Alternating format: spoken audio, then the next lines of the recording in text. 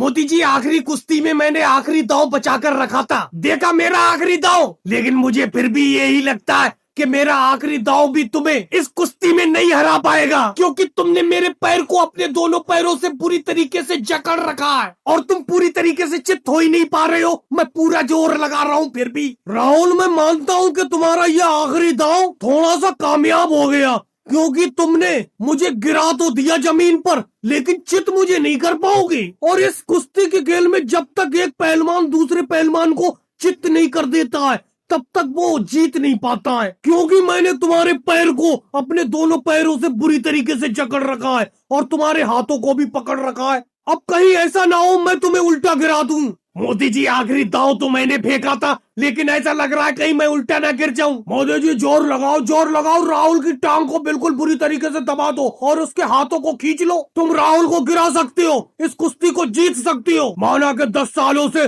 तुम्हारी दोनों की कुश्ती बराबर पर छूटती आ रही है। भले ही आखिरी दांव राहुल ने चल दिया हो, लेकिन मुझे ऐसा लग रहा है आखिरी दांव तुम्हारा बाकी है और तुम राहुल को हरा सकती हो। अरे जाओ लालू जी, इस टाइम मोदी जी जमीन पर है, राहुल तो अभी खड़ा हुआ है, तो राहुल कैसे हर सकता है। मुझे तो इस कुश्ती में ज्यादातर हरने के चांस मोदी जी के लग रहे हैं। अखिलेश, तुम गलत कह रहे हो, बिल्कुल गलत कह रहे हो। इस कुश्ती में ज्यादातर जीतने के चांस मोदी जी के हैं। देख नहीं रहे हो, मोदी जी भले ही जमीन पर हो, लेकिन अभी वो चित्त थोड़ी हुए और उन्होंने राहुल की टांग को बुरी तरीके से जकड़ रखा है। वो उल्टा गिरा देंगे राहुल को जमीन पर। मोदी जी, जोर लगाओ, जोर से जोर लगाओ, राहुल को नीचे गिरा दो। अरे क्या हो वैसी जी, कह रहे हो कि जोर लगाओ, जोर लगाओ। मुझे लगता है ये कुश्ती फिर से बराबर पर छूटेगी। ना इस कुश्ती को राहुल जीतेगा, ना मोदी जी जीतेंगे, मुझे तो ऐसी लग रहा है। बाकी तो पूरा गांव देख ही रहा है, देखते क्या होता है। पूरे 10 साल से कुश्ती देखते आ रहे हैं, लेकिन इन दोनों की कुश्ती बराबर पे ही छूट जाती है। अब देखो, ऐसा लगातार राहुल मोदी जी को गिरा देगा, लेकिन मोदी जी ने अपनी आखिरी दांव खेलकर